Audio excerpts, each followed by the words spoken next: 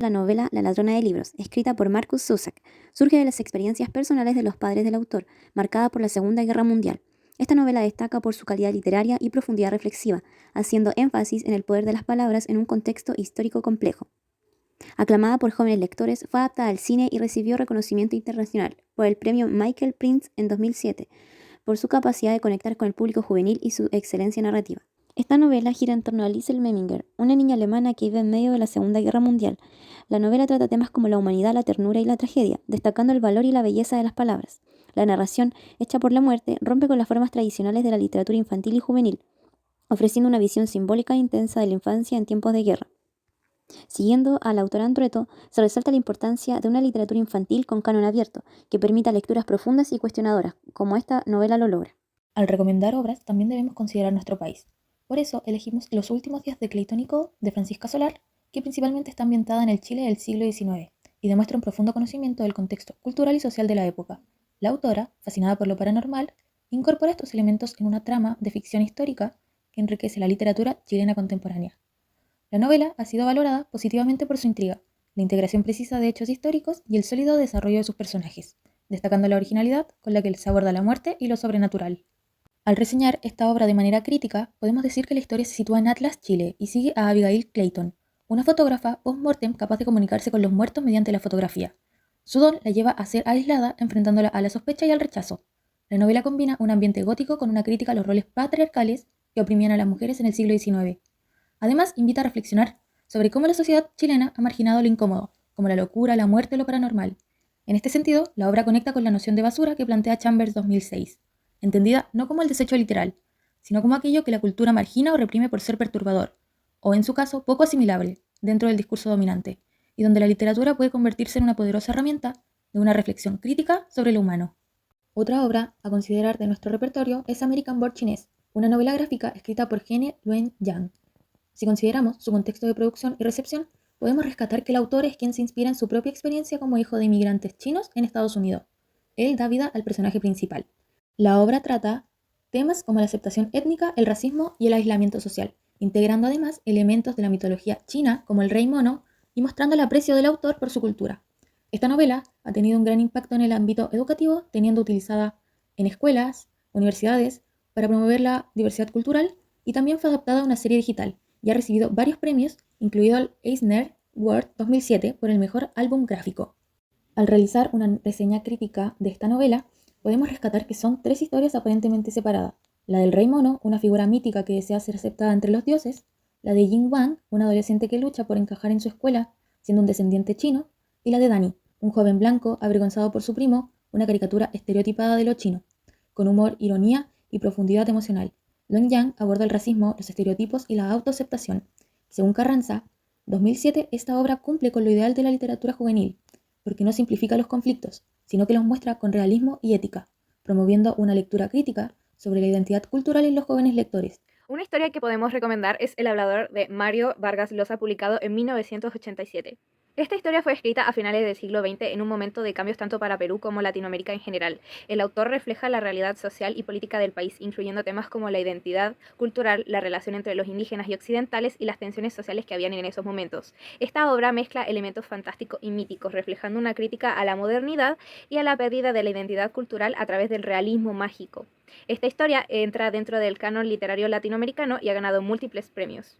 Dentro de esta novela podemos encontrar dos voces que se alternan para contar qué es lo que sucede. Una de ellas evoca sus recuerdos de un compañero de juventud que tiene una fascinación por la cultura amazónica, mientras que la otra es un anónimo contador ambulante de historias que vive la memoria colectiva de los indígenas peruanos, contando historias y mitos del pueblo mismo.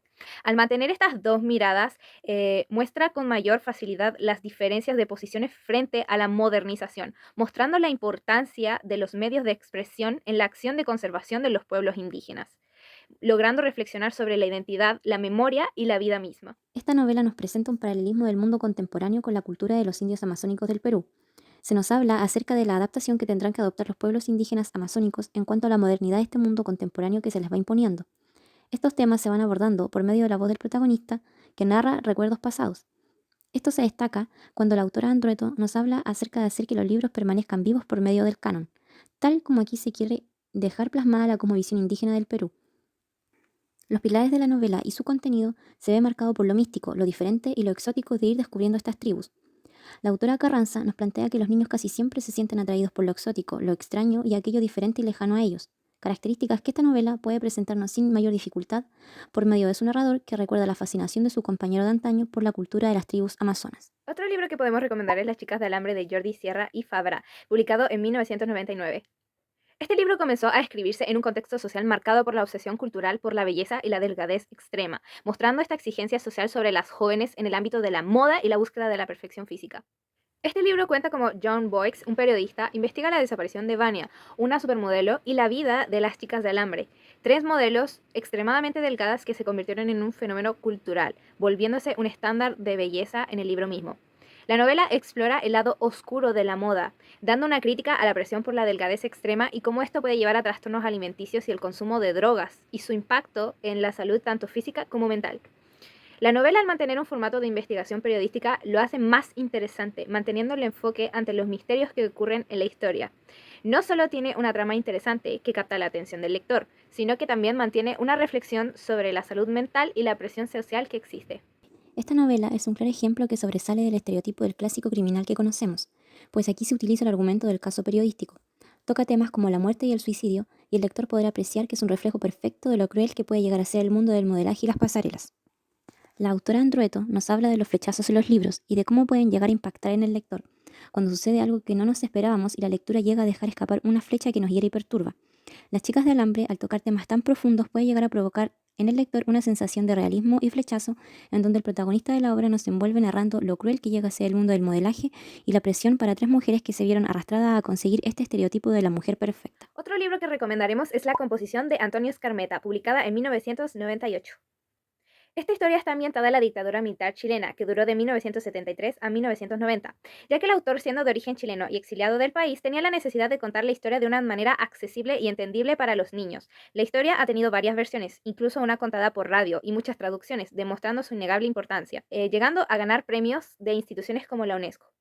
En esta novela gráfica se muestra a Pedro, un niño de 9 años que ama el fútbol y con su familia se sienta todas las noches a escuchar la radio, al igual que todas las familias de esa época, ya que están viviendo la dictadura militar.